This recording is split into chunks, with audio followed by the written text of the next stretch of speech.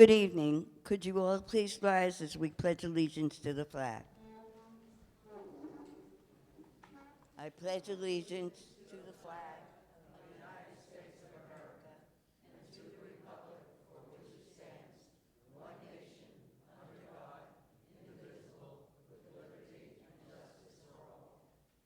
Thank you.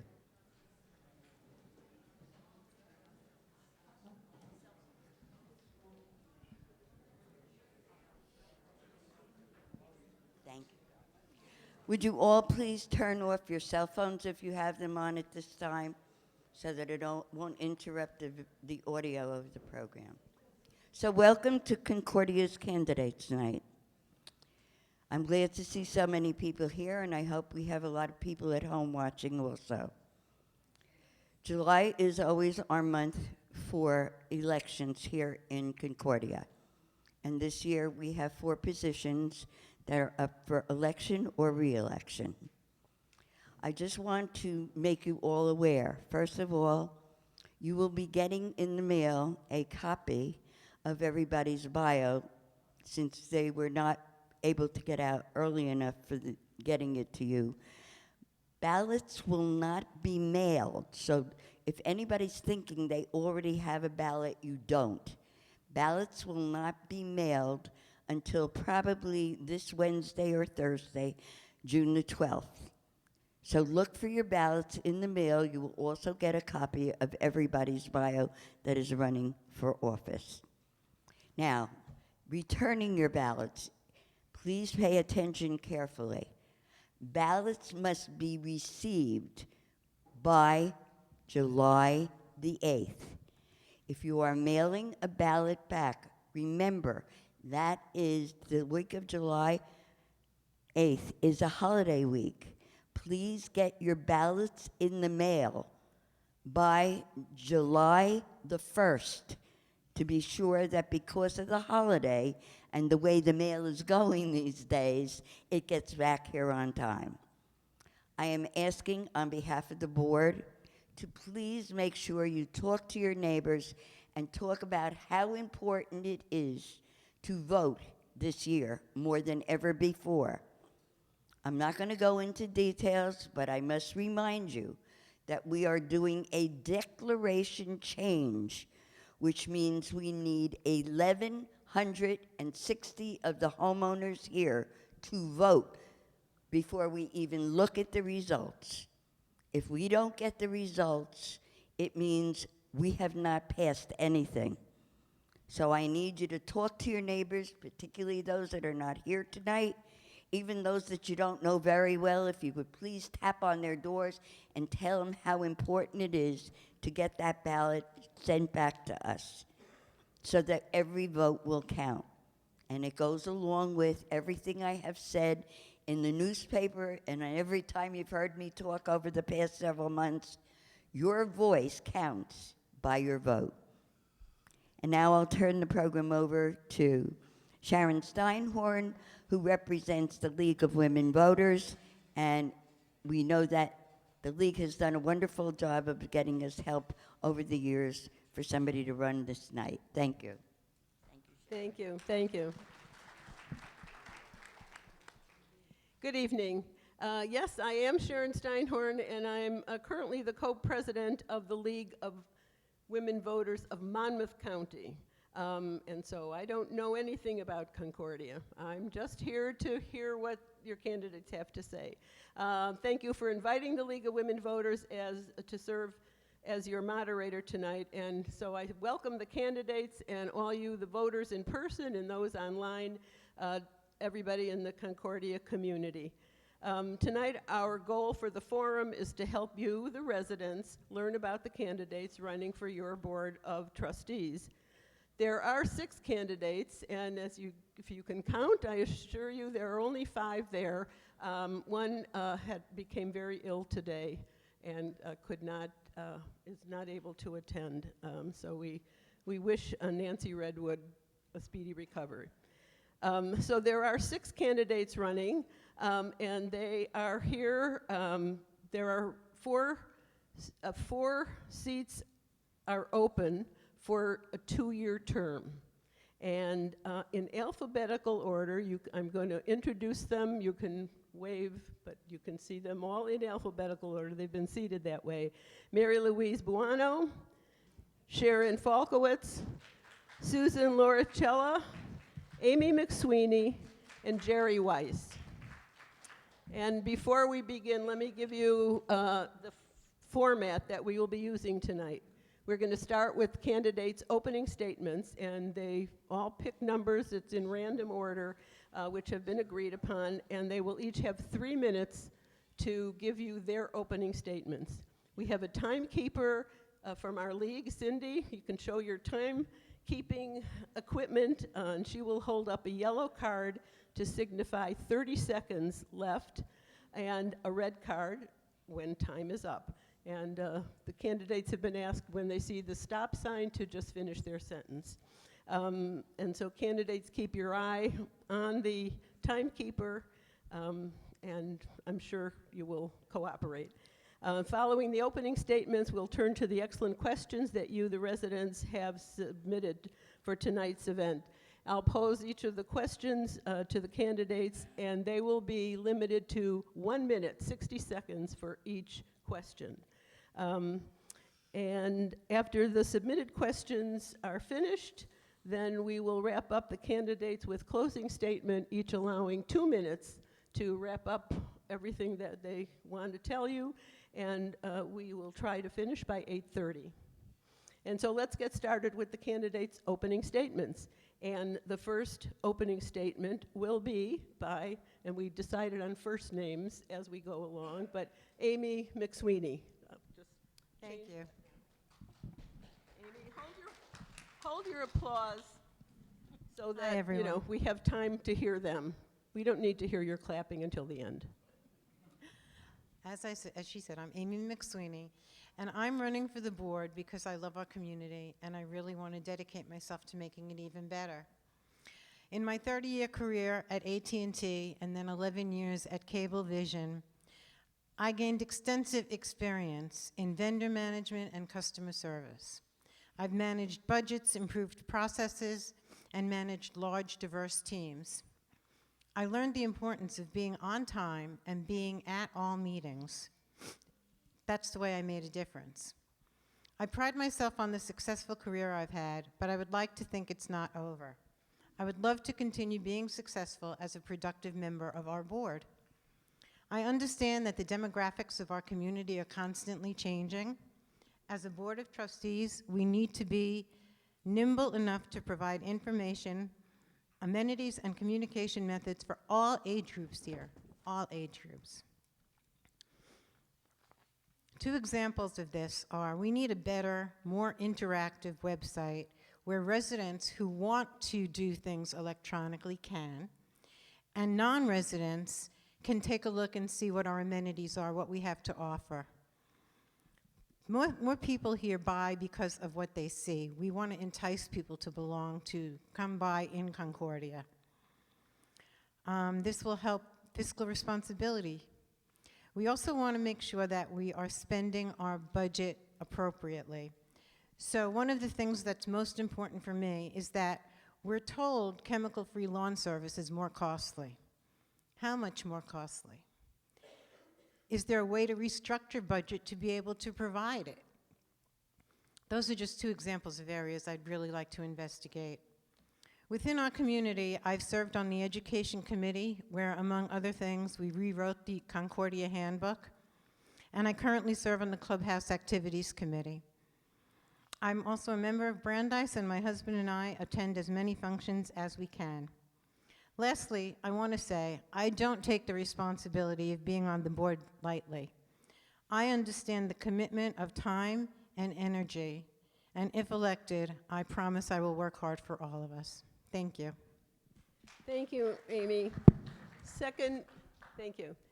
Amy, the next person on the list for an opening statement is Jerry Weiss. Thank you. Good evening, and thank you all for attending this wonderful event. Let me start by giving you a little backstory as how I ended up in Concordia. 14 years ago, I was living happily and single in Westchester County, New York. And one of my frequent visits during the Jewish holidays to my parents, it became obvious to me that their health was failing. And I made a decision at that point in time that it was time to give back for the phenomenal way they treated me and what they gave me as I was growing up.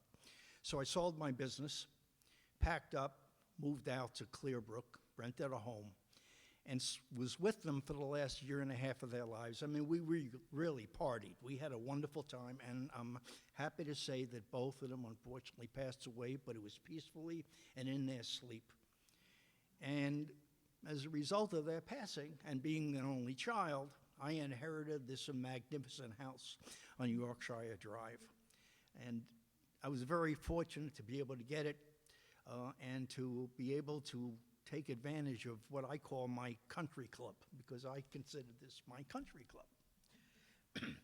My parents were very active in the community. They were on just about every committee. Charles and Gladys were well known throughout the community. And I decided to follow in their footsteps. Having been recently retired and with plenty of time, I decided to follow on what was basically my family's philosophy, which was always the one question they always asked: how can we help? And as a result of that, I decided to dive in pretty quickly into some of the issues that our community was facing. I'm known as a problem solver, both personally and professionally. My business, which was fairly successful, and I ran for 25 years, was as an international management consultant. I worked with many very large companies, brand name companies, and worked with a lot of small family companies, and have continued to work on a pro bono basis to help people solve problems. Problem solving is a technique. It requires clear thinking and a question process that we should all understand if we want to get to the heart of the problem and the solution. It is what, when, where, who, why, how, and what should we do now. My intent in this committee is to always tell the truth, always respect the residents, always work to make the residents' lives better, help the community get back on fine financial footing, and see that everybody enjoys the best possible life that they can have in this fantastic community. Thank you. Thank you, Jerry. And the next opening statement is from Susan. Yes, hi, everyone. Thank you so much for coming tonight. It means a lot to us for you all to be here. Oh, sorry. Sorry. Thank you all for being here.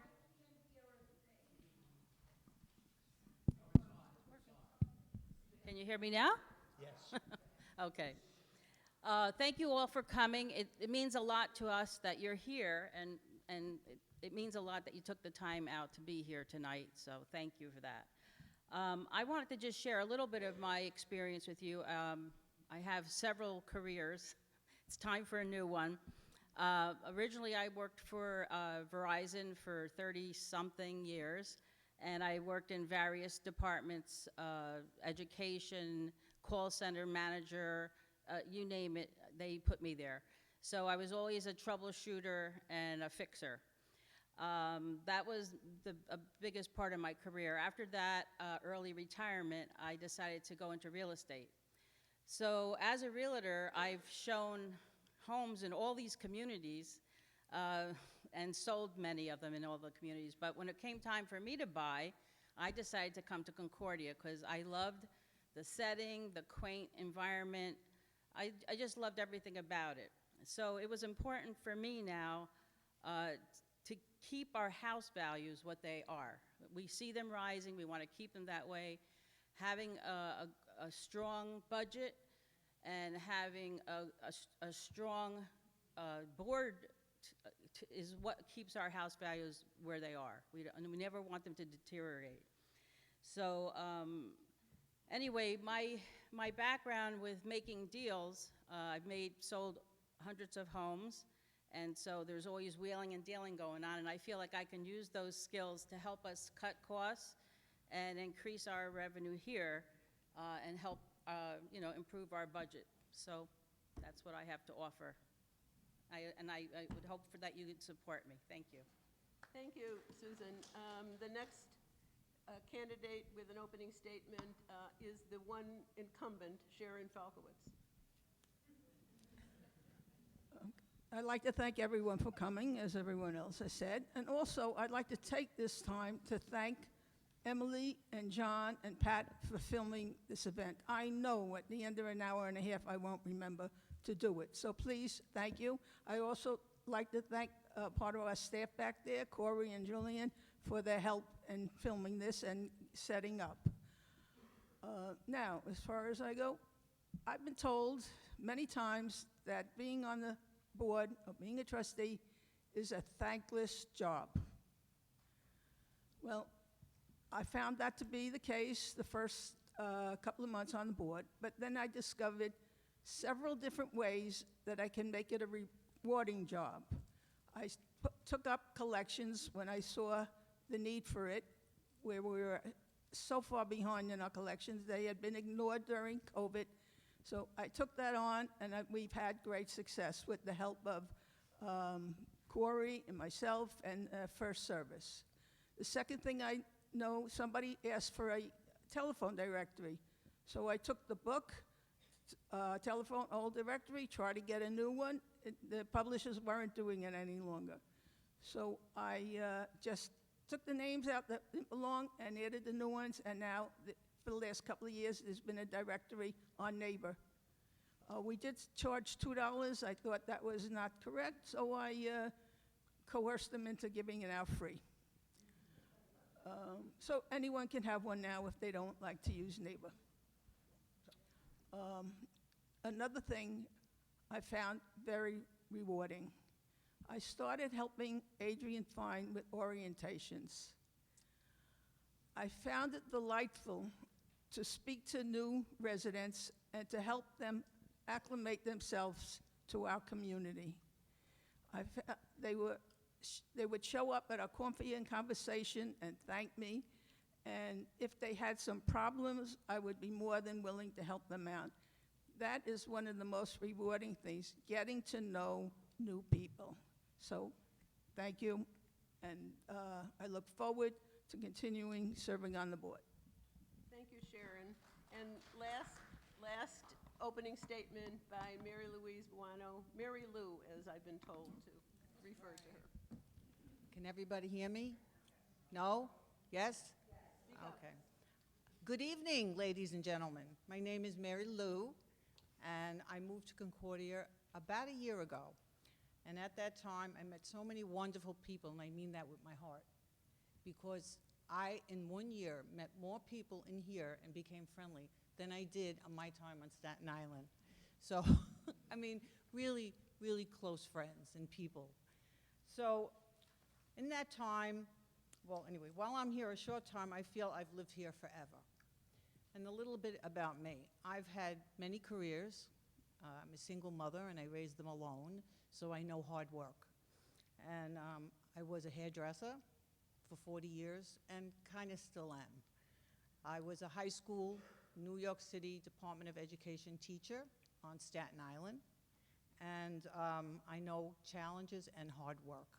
I mean, I've had chairs thrown at me, okay? That kind of hard work. So I am now retired, and I'm living here, and I'm living a very nice life. I play cornhole, and I'm not really good on the board with the cornhole, but I'm hoping to be good here on this board. I also was on Staten Island. I lived in a small condominium, I think about 300 units, and I became the treasurer. There was a lot of problems, and collaboratively, as a team, we all got together, we fixed up the place, we painted, we did pavement work, we took bids for the cheapest place to get the pavements done, and by the time I left, the place increased triple. So what I paid for my place tripled in the time that I was there. So I'm very proud of that. And last but not least, I'm friendly, I'm outgoing. You could talk to me, you could email me, you can text me, or you can find me at Cornhole.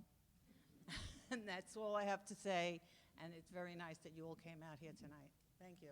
Thank you. Okay. All right, we have The first few questions I'm going to that I'm going to ask is, remember, it's 1 minute to respond, and I'm going to ask every one of the candidates, and I'll go along and then do a little random. And so, we're going to start with Mary Lou. You're right here.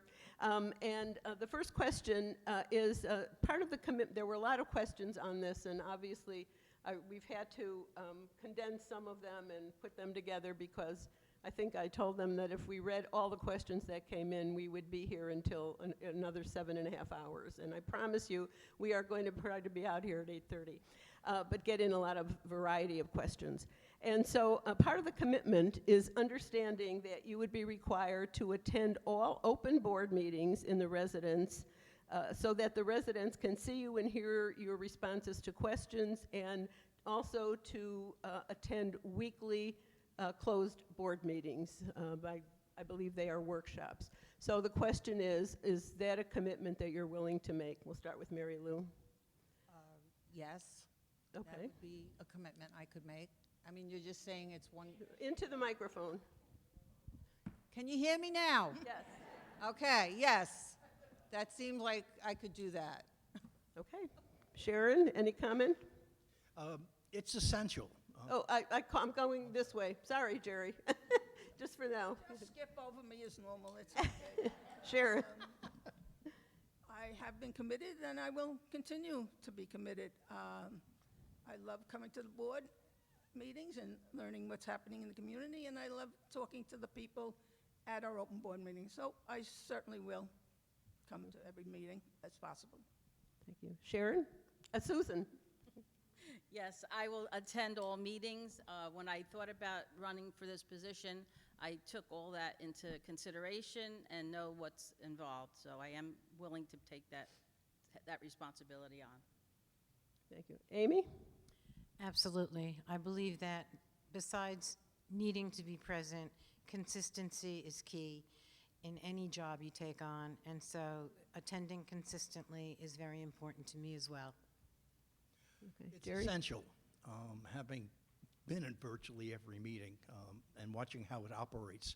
Mike does a great job in handling the questions, and the reality is I don't know what I don't know, and I need to know everything that I can possibly know. So that meeting that we have is essential for the flow of information. Okay. Jerry, I'm going to start with you with the second question. And that is, what specific skill sets do you bring to managing an $11 million budget, such as Concordia? You want me to start? There. I've already proven that, hopefully, with my ability to take on the monster at JCP&L. We started with 57 broken lampposts. We're now down to 9. And the only reason we're down to 9 is because it requires pulling up the wiring because it's defective wiring. The contract has been put out by JCP&L. They use a third-party vendor to do that. I'm expecting a phone call back tomorrow from the management team at JCP&L to give us a report as to where we are. Amy? I've managed an $18 million budget for the quality team that I had at AT&T.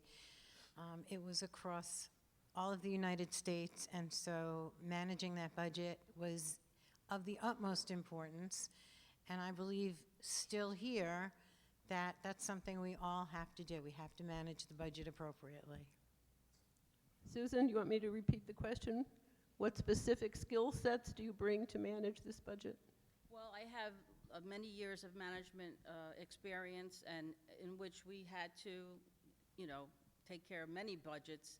And to me, it doesn't really matter the amount of the budget. It matters that it's always balanced. So I think that I would definitely be experienced enough to help do that.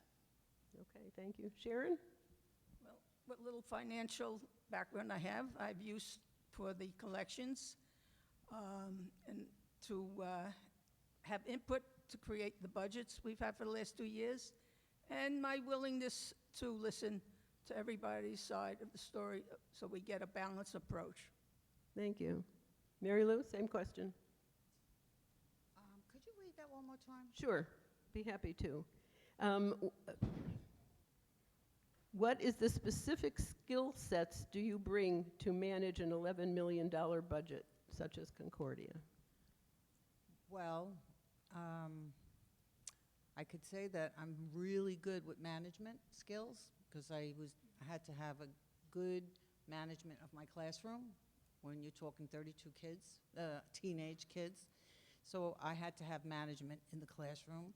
I didn't really work on budgets, but I think that if you're focused and if you're consistent and you can have management and you are tenacious and hardworking, I think it all follows the same line. Thank you.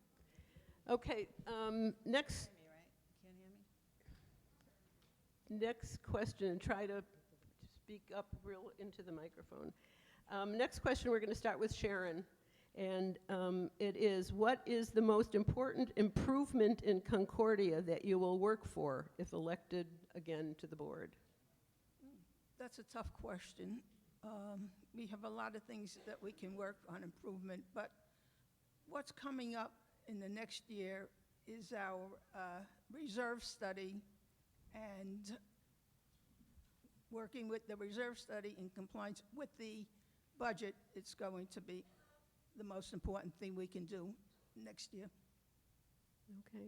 And I'm just going to, before I go on to Susan, I'm just going to ask the candidates. I don't vote. Don't talk to me. Talk to the audience. Susan, same question. Could you just repeat it again, please? Sure. What is the most important improvement in Concordia that you will work for if elected to the board? Okay, I have several ideas, but one of the things that I really would like to see improved is our communication. I feel like oftentimes people are confused. We get different messages and they're conflicting and their dates are kind of confusing. So I want to come up with some kind of a method where we get consistent messages or we have a portal where we can go to see what the messages are. That's one of the big things I'd like to see improved. I've gotten a lot of feedback from some of the other residents that feel the same way. Thank you. Amy? Well, there are a few things, but I'm going to say the number one most important thing is to stop the chemical use of our property, on our property. I personally believe that there are other ways to do things. My husband and I had a house on 3 acres. We never used chemicals, and we had beautiful grass, and the landscaping was great. So I think that's one of the things that I find closest to my heart. Thank you. Jerry? By far and away, in my opinion, the most important thing is getting the fiscal house in order. If we don't get our fiscal house in order, we're going to suffer decline in the value of our homes. The real estate agencies are pretty smart as to what's going on, and we got to solve our problem as best as we can and get ourselves on fine financial footing to secure the value of our homes. Thank you. Mary Lou, last one. I feel the same about the pesticides on the lawn that they use. I feel that maybe we should look into something a little better than what we have. And also, I do feel that our budget is a big thing. We need to make sure we're all on board, everybody's honest, everybody's fair, nobody's just spending money without putting votes in and asking the people if it's okay to buy this, to add this to this, and to make new windows or whatever needs to be done so that we don't lose the reserves and we continue to make it grow. So, but if we have a bunch of fair-minded people and we vote and have the people vote, then I think that we could manage our budget better. Okay, thank you. Next question, we'll start with Susan. It was going to be about, will you consider using changing the toxic chemicals? So I'm going to get a little more specific since it's been covered. And very specifically, let me read this.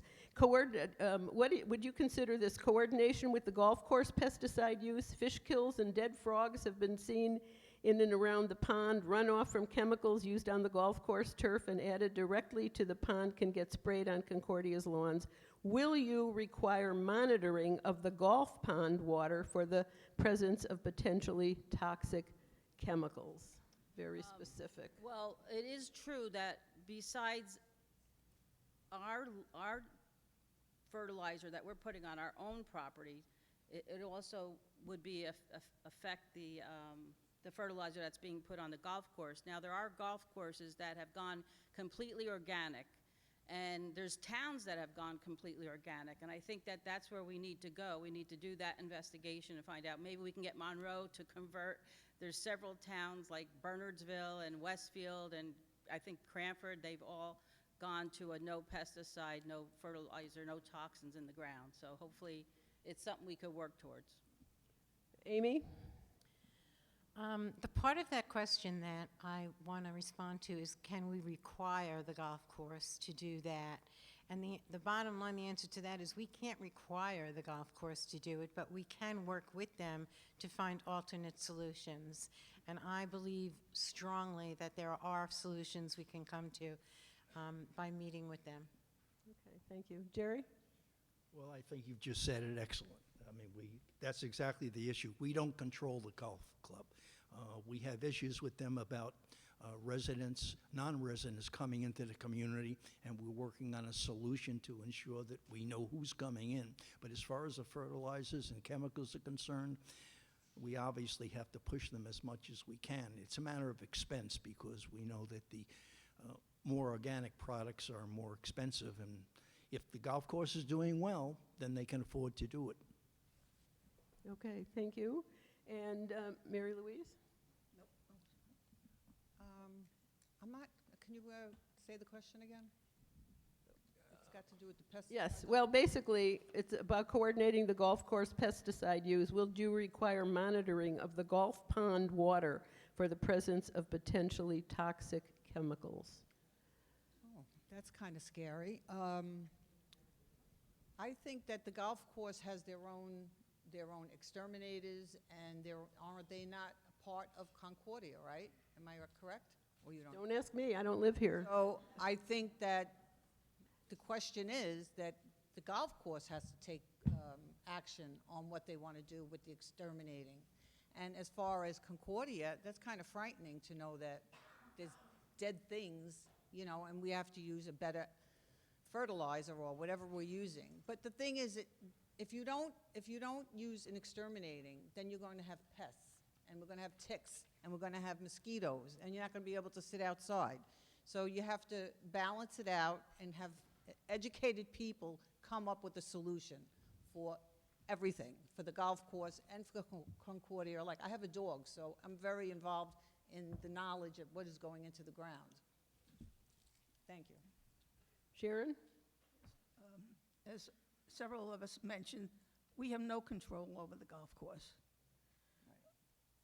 We are trying to work with them on several different actions, but we have not yet been successful, but we will continue to work. As far as the pesticides used, we've cut down from 5 applications to 2. We use the best pesticides we can, and as far as going organic, that would cost quite a bit of money, which at this time, I don't think we have. Thank you. All right, I'm going to go back. I'm going to go back to one of the questions about board attendance, and we're going to start this one with Amy. And that is, are you open to a proposal to a resolution for all trustees, if not attending 3 meetings, that they would bow out of the homeowners association, except for health issues? Does that make sense? You get that question? It makes sense. It makes sense. Okay. I'm not sure I agree with a specific number, like missing 3 meetings. I think that people have reasons for doing and for missing, for doing things. However, I think that if the reasons people are missing board meetings are not valid, then we need to take a look and see what's happening with that particular board member. Jerry? Well, I think it's a reasonable proposal, but I don't want to put anything in writing until I give a little thought to what mechanism we would use and what standard we would use. The reality is I would not be running for this position if I wasn't available all the time to attend all the meetings, because if I'm not doing that, then I'm basically not doing my job. Thank you. Mary Lou? I think that that's fair. I think that if they don't show up for 3 consecutive meetings, I think that it should be handled with a group of board members and maybe collaboratively come up with some kind of solution. Sharon, same question. Well, first of all, we're getting away from resolutions. If a person runs for the board and is elected, they're expected to do certain things, such as show up for meetings, both the work session and the open board meeting. They are also expected to support the clubhouse in their events and in support the clubs and organizations also, not just disappear into thin air after they have a meeting. I attended a Green Committee meeting event. It was very informative. So thank you for them. But I think it's very important to be aware of what's going on in the community by attending all different types of events. Thank you. Susan? Okay, that question was specifically about board meetings, correct? Yes. Okay. I feel that everyone should make every effort to be at every board meeting, but as a group, as a team of trustees, I feel like we could come together and come up with what we feel would be fair to each other and be open and honest about our feelings. So, I mean, if you have to maybe be on a Zoom call instead of being there because you happen to be on vacation or something, I think there has to be, some leeway with, everyday life. Okay, thank you, all of you. Next question, we're going to start with Jerry, and we'll go around again. And this question is, what involvement have you had in Concordia since you have moved in? Could you repeat that, please? Yes, I could. What involvement have you had in Concordia since you have moved in? What committees have you done, or what involvement? It's pretty simple. When I first moved in, I got involved with charities here. It was something that my parents had started, and I've been involved with 4 charities in the local area. In all honesty, as a single man living in the community, I tried to find a methodology to interact with the community, and when I became aware of the fact that we have a massive problem with JCP&L, I decided to use my background in problem solving to dig into it, and became co-chair of the safety committee in order to be able to do that. And fortunately, we've been very successful in getting that resolved. Okay. Mary Lou, what have you been involved in? I've just joined a couple of clubs in this past year, the Christian Fellowship and Rock and Rollers, and really cornhole. Try to be friendly and nice to everybody. That's about it. But I'm willing to do more. Thank you. Sharon? That's not a fair question for me. Sharon, I have to say, some of these questions were specifically asked to the new candidates. However, I'm choosing to, I don't want to leave Sharon out. She's the only one who's the incumbent here. So you can answer it however you want, but I'm not leaving her out. We'll just ask them all the same question. Okay, so I've been involved with Brandeis, Deborah, Rock and Roll, the Shalom Club. I've been on the Finance Committee, the Covenants Committee, the Welcome Committee, one of my favorites. And I'm sure I'm leaving out some, but if it's ever a committee, I will try to be on it. Thank you. Susan? So I moved here August of 2002, and I did not get an orientation, so I quickly joined the Education Committee and worked with Amy mentioned earlier, a group of us got together and we rewrote the welcome book into the new guidebook. So I learned about every committee, every activity that takes place in Concordia, and that was what I needed to know, because as a new resident, I was lost. I didn't know what to do, so that was a good way to learn. I also am on the Covenants Committee. I'm on the Community Activities Committee, and I'm a member of Brandeis, and what else? I can't remember them all. I left out a couple too. Okay. Amy? Okay, I was a member of the Education Committee, as Sue said, where we rewrote the handbook. I'm on Brandeis. I also, when I first moved here, I had a jewelry making class. I'm an avid jewelry maker, so I had a jewelry making class that lasted a while. I like the events. We try to attend as many events as we can. Just being involved in this community, and I worked for the first few years I was here, so we're kind of just getting into all of these activities. But I believe that we've been doing whatever we can do to meet everybody and to make a difference. Thank you. Amy, we'll start with you with the next question. I think everyone's answered that one. And the question is, what is your level of technology use in this digital age? Could you repeat that? I said Amy. Oh, I'm sorry. Yeah, I know. I keep Jerry Okay. keeps thinking I'm talking to Amy. I'll try to be more.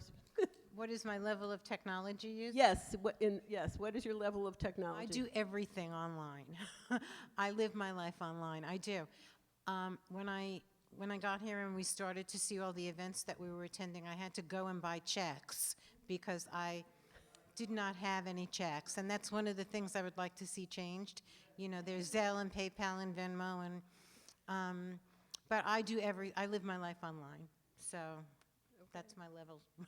And I'm going to go the other way, Jerry, so hold on there. I'm going to ask Susan the same question. Yeah, I'm definitely a computer literate, and I do everything online. Like she said, I haven't written a check in so long. I really had to learn how to again, moving here. I'm not an IT person. I mean, I don't know that kind of technology, but I am definitely interested in getting us into this century with how our online things work here. So hopefully we can have some positive impact in the way things are presented here online and the way we pay for our tickets and so on. So. Thank you. Sharon? Well, Same I've been question. involved in the technology business since first.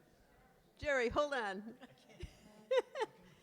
I'm sorry. I promise we'll get to you. Sharon, we're going this way.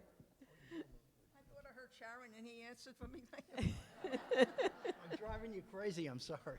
Well, I have a computer, I have an iPad, and I have a smartphone. I thought I was pretty tech savvy, but I just got a smart TV. It's driving me crazy. I'm not so smart as the TV, so anybody that wants to reach out and give me a hand, I'd appreciate it. Thank you. Thank you. We get it. Mary Lou? I have an iPad, a computer, smartphone, smart TV. I do most of my work on the computer. I write. Also, I still work with checks, and I still balance a checkbook not because I don't know how to do it on the computer. I just feel like it's my thing. So I still write checks out and a book, but I'm pretty tech savvy. Thank you. Thank you. And now, Jerry Weiss, please. Finally. I'm Answer sorry, this I question. apologize. I was born in the age of computers. I was at the beginning of the PC revolution, and I'm pretty good at the technology, and what I don't know, I have people I can ask, because I can't solve a problem if I don't know the answer. And technology being what it is today and constantly changing, you have to be astute and willing to learn new things. Okay, thank you. Jerry, I'm going to start with you in the next question, okay? Oh, good, good. I don't have to Okay. look this up then. Some of these questions are just more deeper than the ones we've covered. So, I mean, there was a lot of repetition because you're interested in a lot of the same things, which makes sense. Thank you. I'll start talking with my hands and be in trouble. And so, with Jerry, I'm going to ask, and this actually was specifically for you, but everyone is going to have a chance to answer. It says, outside of the safety committee, what areas of Concordia's governance do you feel you are most qualified to contribute? I have a philosophy about how we're running the committees anyway, and that is an integration of some of the committees with the chair people to be able to find out how we can cross-pollinate what we're doing, because we have a very effective health committee, we have a grounds committee that's involved with roads and so forth, and my point of view is to see if we can integrate some of it together in a cooperative venture. Personally, I would seek to find a position on the health committee, which I think is very much aligned with the safety committee. Thank you. And next, Amy, we'll come this way. Okay, I'm going to try to say this quickly. I'm basically a process re-engineering person, so I look at how something is done and I can tell you how to make that better, how to fix it and make it streamlined. And I think that a lot of the committees here have the ability to streamline what they're doing and to make things better, and I think that any committee that I would be fortunate enough to be on, I would be able to provide input and be a productive member of based on those skills. Thank you. Susan? I need you to repeat that question. Sure. Well, actually, it was originally to Jerry about the safety committee, but basically, what areas of Concordia's governance do you feel you are most qualified to work on? Well, I've been on the education committee, the covenants committee. I mean, I'm just interested in learning all there is to know about our community, so I would say I'd be willing to get involved with any of the committees that we have. Fair enough. Sharon? Well, since I've been a member of most committees, and the people on those committees were hard workers, very smart, intelligent, and did a great job, and I thank them all. There's not one committee that I say I would bring any more value than I have already, but working together as liaisons and committee chairs, we've done a great job for the community. Thank you. Mary Lou? I think that the health and safety would be right up my alley because that's what I taught. And also, like she said, I'd be willing to find out about any committee that I could try to help and be a part of. Okay, thank you. Okay, next question. Where did I go? How familiar are you, and we're going to start at this end, okay? How familiar are you with Concordia's monthly financial reports and the annual audit? How familiar? I see the emails coming in, I look over them, I see a bazillion numbers, and I know about, our reserves. However, I'm really not that knowledgeable when it comes to the financial reports. I'm being honest, but I'm willing to learn. Fair enough. Sharon? I do review the monthly financials. Sometimes we have questions we have to ask of our accountant, and we get good answers. Other times, we don't get answers, but I do review them for certain sections. I look at the bank accounts. I look at the accounts where we are getting money in from the home closings, and any other things that might stick out for different discrepancies. Susan? Yes, I review them as they come out. I'm looking forward to knowing more about the nuts and bolts of it all, because basically we're getting like a high level when we read our report. and hopefully I'll have an opportunity to understand it better with more specific information. Amy? I also review them as they come out.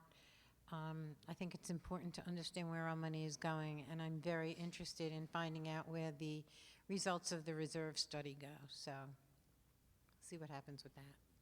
Thank you. Okay, next question. It also is about governance. Poor Jerry. Well, okay, simple answer. Go ahead, I Jerry. had the opportunity the other day to take a look at the recent financial statement, and there are a number of questions I had that I would bring up to find out the hows and whys of it. I'm not a fiscal expert. There's some really interesting things that we've done to help keep our financial house in order. There's some expenditures that, frankly, I don't clearly understand, and some savings that I'd like to understand. Overall, we have a situation, and we have to do something about it, and hopefully I can bring a new perspective to it. Thank you. Everyone has answered that, right? Okay. Let's start with Sharon. And yeah, this may not be fair if you've been on this board, but how familiar are you with Concordia's governing documents, bylaws, and rules and regulations? What? Bylaws, rules, I regulations? didn't write it. I'm only reading it. Yes, Concordia's governing documents. Let's just leave it at that. Since we've tried to make changes to them, I am quite familiar with them. Not totally 100%, but I have read the bylaws. I have worked on rules and regulations, which we constantly are trying to change and update. It's very difficult to change a bylaw or a declaration. As you well know, we are trying to do a change now, which I will talk about later. Susan? I have read all of that material. I don't keep it handy and accessible, but I have read through it. I read through it as a new resident, and I'm sure if I do have the opportunity to work on the board, I'll know a lot more about it then. Thank you. Amy? I have read through all of the documentation. I must admit there are some things in there that I don't quite know that I agree with or understand, but hopefully as a new board member, I can learn more about them and either understand them or have them changed a little bit. But yes, I'm pretty familiar with it. Jerry? I've learned with some of my out-of-the-box thinking that I better get a better handle on the do's and don'ts within it. I do have a literal translation of things, but I've been reminded that I have to toe the line, which I will, and follow it by the letter and the law. Okay. Thank you. And we still have questions here, starting with Susan, this one.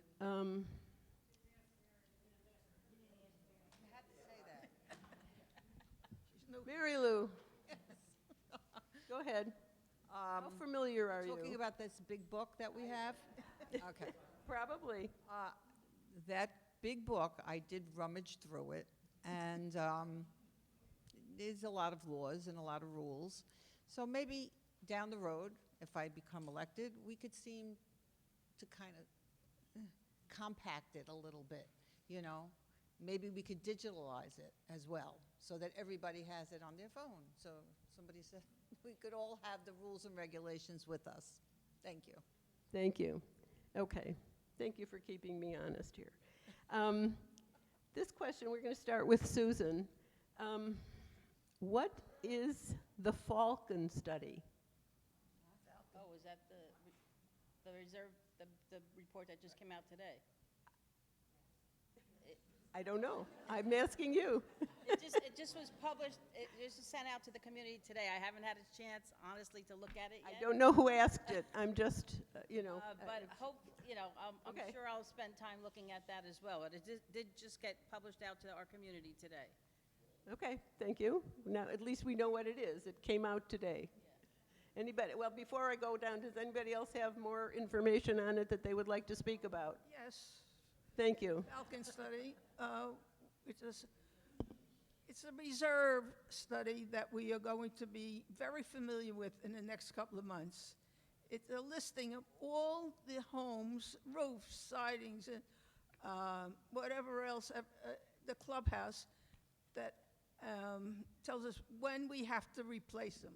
It's 111 pages long, and they upped it to 150. We added more stuff. That was delay. So we'll be having town halls about it, and we will all have a learning experience. Sharon, let me ask, is this, because the next question, is this the capital reserve analysis? Yes, it is, Okay. capital reserve. The Falcon study is the capital reserve analysis, and it was released today.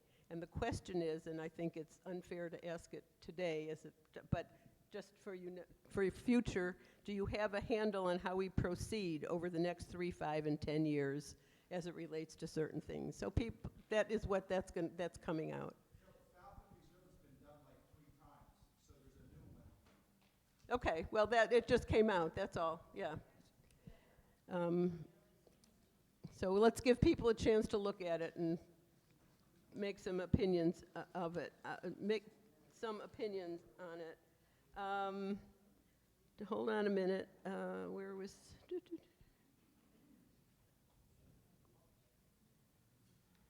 we have covered most of the, I would say all of the topics that you asked for.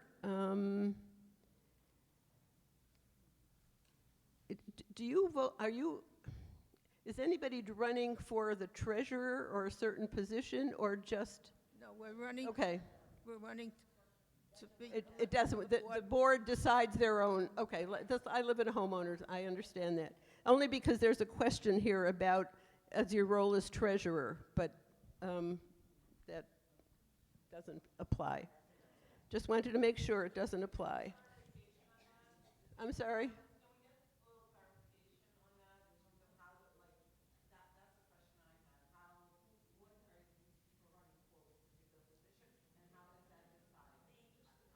Okay, okay, how is it decided? Is that your question? Okay. Hold on a minute. You want to come and explain it? Because it is an important question, and it doesn't really have to do with how these candidates feel. Go ahead. Just so you all know, for those of you who are new, the community elects the Board of Trustees. The Board of Trustees elects the officers of the board. We do not have a direction for who will be president, vice president. They decide as a board who the officers will be. I think that's fairly common. It's the same in my community as well. Yes, sir. We're not taking questions from the floor. The previous question was before the treasurer was mine, and there were a couple parts to it. So I'd like to ask the question of how that will impact the HOA fees and the amount of money going into the reserve, because that study says. But, sir, wait, hold on a minute. That study says that we're going to be looking for more than double the money to go into the reserve on an annual basis. I think we need to know by July 8th what you're going to do, because Sir, wait, hold on. I understand. Let me just explain. I understand that there was a follow-up on that. But once we heard that this study just came out today, I don't think, personally, because I live in a community that does the same thing, I don't think it's right to ask any of these candidates any opinion of any of it until they've had a chance to review it. And so I'd like to leave that question, and you can ask them, in a couple of days, and find out how they feel about it. It's just not fair to ask. Have any of you studied the report that came out today?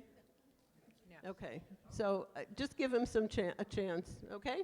Thank you. Okay? No, I think we're good. I think we're good. I get the power. But yes, I understand your question, sir, but I think it's a little early. Okay? I know, he seems, are you okay there? I don't want to upset anybody. We've done 3 studies in the last 10 years, the same group. but let them, yeah, but give them a chance to look at it. You know, we can't say, you may have looked at it all already to say it's not that much different. Hold on, relax, relax. Here's another question, and let me read it. It's an opinion question, but it gives some background. Allowing outsiders, it's about allowing outsiders to come in for certain events. Apparently, there was a garage sale here that the main gate was open just for the day. Oh, it would have been more successful if the gate was open. So the question is, will you agree to allow Concordia to be open to the public for short periods of time for special events? And that is the question. And let us start right here with Mary Lou. It depends on the event. I mean, if you want to have a successful garage sale, you have to have the place open to the public if it's for the public. And if there's other things that are going on, yes, I do believe that it should be open for a specific amount of time. Okay, and let's go down to Jerry. Same question. What's the question? The question is, apparently the gate is always closed and only open. Would you agree that there should be some times when the gate is open to the public for certain events? You know, the truth is, I can't make a comment on that. I would have to study. Speak into the rationale for microphone. it, the traffic flow, whether security can handle it or not. I know that we do have some events where we do open it, but I can't give you a specific comment on that until I take a look at the issue. Okay. Amy?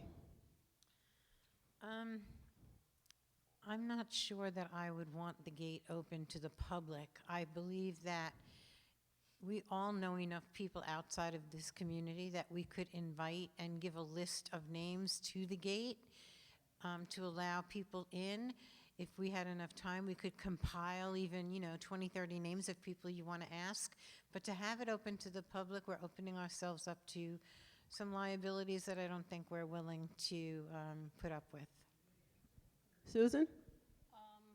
I could probably argue strong either way, but I mean, right now we have golfers coming in and out of here, and we don't even know The microphone. we don't know who they are, and I think they basically just say, "I have a tea time." So I mean, anybody can come up and say they have a tea time.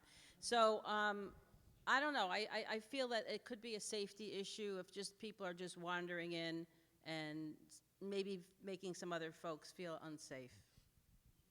Sharon? I agree with Susan, but I'm very concerned about the safety of the people driving around this community.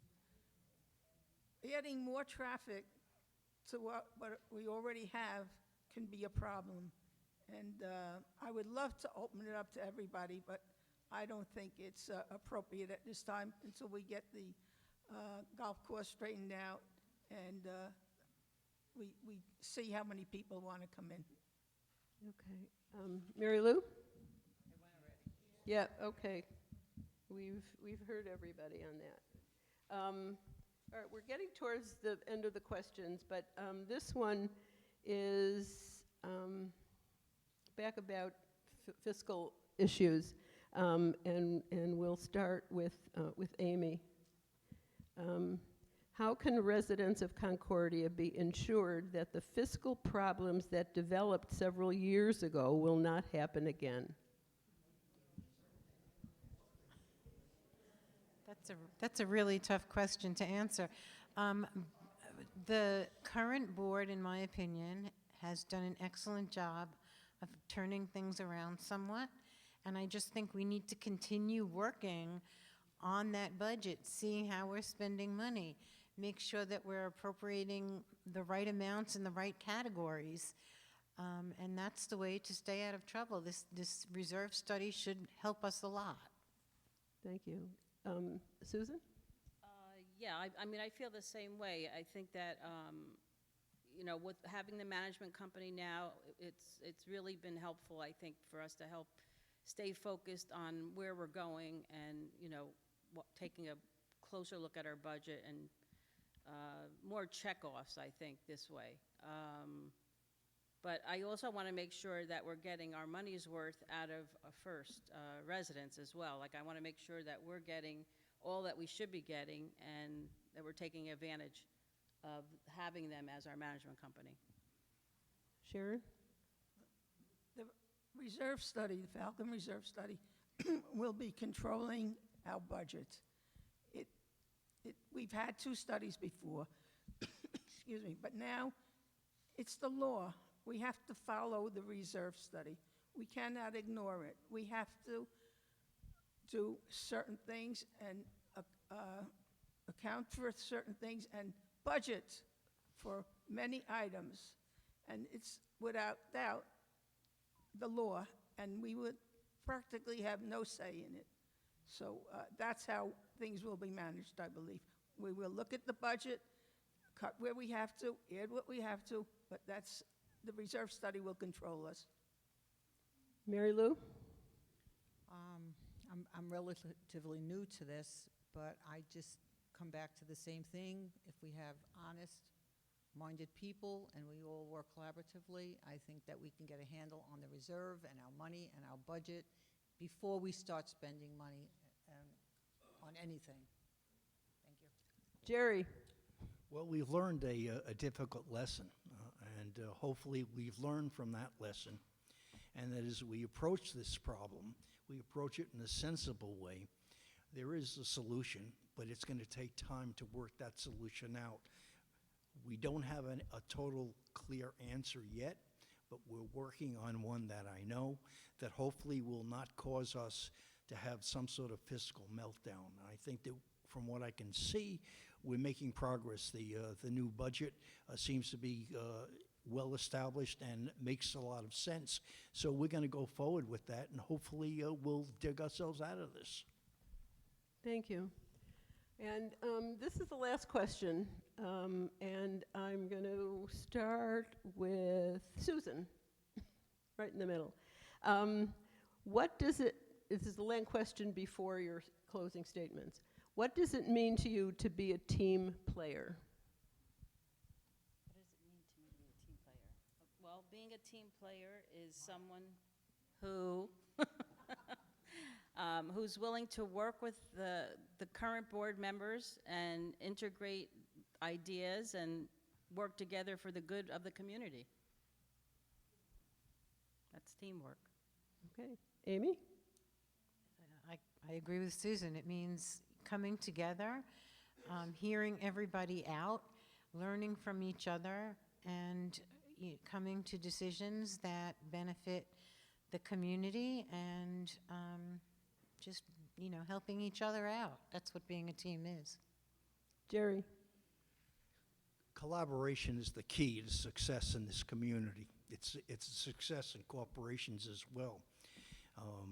There is no I, there is no me. It's always we and us in this committee, and that's the way I look at life. I've been collaborative my entire life, and I've been able to collaborate with the board on the JCP&L project, and it's worked out very well for all of us. Thank you. Mary Lou? I believe the board is the same thing as a company. So if you see a big company, like let's say J.P. Morgan, we look at it. Do we see a building? Oh, that building's the company. No, it's the people that work in there that are the company. And that's how I feel about the board members. We're a company, and we got to work together, and we have to be fair and honest. That's it. Sharon?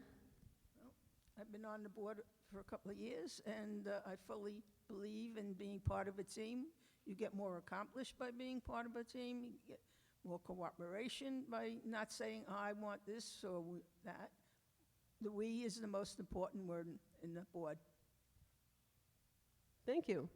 And now we will allow 2 minutes for each of the candidates to give their closing statement. We really have covered a variety of your questions, maybe not every single one, but there were a lot of duplications because obviously you all live together and have the same questions and issues. So we did this randomly, and the first person to give their closing statement is Jerry. Well, thank you. It's really simple. I would consider it a pleasure and an honor to work on behalf of every resident in this community. Our residents deserve respect. They deserve appropriate answers, and they deserve to have a happy and healthy life free of emotional stress. And hopefully I can bring that to the board in solving the problems that we face on a regular basis. Okay, and the second speaker will be Susan, number 2. Again, I want to thank everyone for coming out tonight, and I just want to close by saying that I feel like we really all want the same thing. We want to be happy where we're living. We want to feel included. We want to feel safe. We want to be as active as we can be. We want to be involved as we want to be. And we want to make sure that our money's being spent wisely and it's protected. We want to make sure our homes are being taken care of. We want to keep our HOA fees affordable. And we want to be informed. We want open communication. We want to hear your voice. We know that you want to be seen. And that's what's important to me too, just as a fellow resident. So hopefully, if I'm elected to the board, these are the things I want for you as well. Thank you. And next is Mary Lou. Thank you, everyone, for coming out tonight and listening to us. And I feel, just like she said, that all of those things matter, and we all worry about the same thing. And I'm here for me, but I'm also here for you if you need me. Thank you. Sharon? I wouldn't feel right if I didn't have an infomercial right now. Don't worry, I'm not selling vests. Elvis took my job. But I want to remind everyone that Wednesday, the 12th, we're having the health fair. And we're going to have a lot of vendors there. And I'll be there, so if you have any questions that I didn't answer to your liking, please come up and ask me. I'm helping out. I'm not on the health committee, but I'm helping out because I was asked to. I want to thank you, Sharon, Thank you, Sharon. great moderator. Works out very well. I don't have to remember her name. And in closing, I want to remind everybody to vote. If you don't want to vote for candidates, please vote for the increase from 8 months to 9 months of our closing fees. Thank you. Thank you. And wait, we still have another closing statement. We haven't heard from Amy. So we've talked about a lot of different things tonight, and I've given you information to the best of my ability. I'm a very loyal person. I'm very trustworthy, and I'm steadfast. Some might even say that I'm a little bit of a pit bull when I want to be. But the Board of Trustees here is a very respected group, and if you decide to elect me to it, I promise you that I will do everything in my power to hear you, to work for you, and to continue to make Concordia as wonderful as it is. So thank you all for coming out, and thank you for being so nice. So at this point, I just want to first thank the candidates for participating tonight, for your thoughtful answers, and mostly for deciding to run to serve your community. And to the audience, I want to thank you for your thoughtful questions. You demonstrated an interest in being an informed voter, and this is how we make democracy work. And as a League of Women Voter member, I want us all to be able to empower voters and defend democracy. And so those are my closing remarks to you. Thanks for inviting us. Thank you, Sharon, and thank you once again for the League of Women Voters for helping us run this wonderful event. You were wonderful, and we appreciate your coming out. And now a commercial. You had a lot of questions, you had a lot of comments. On Thursday night at 6 o'clock, I will be holding our 8th Town Hall. Come ask those questions again, you'll get more answers. I will also be doing another town hall next Wednesday, a week from this Wednesday, I should say, at 10 o'clock in the morning, and the following Wednesday, for the last of the scheduled events so far, I will be doing another town hall right here in the building on Wednesday, the last Wednesday of the month. You want your questions answered? You want to hear more details about what this reserve study is going to do, what the new law is? Please come out and listen and ask your questions. Thank you.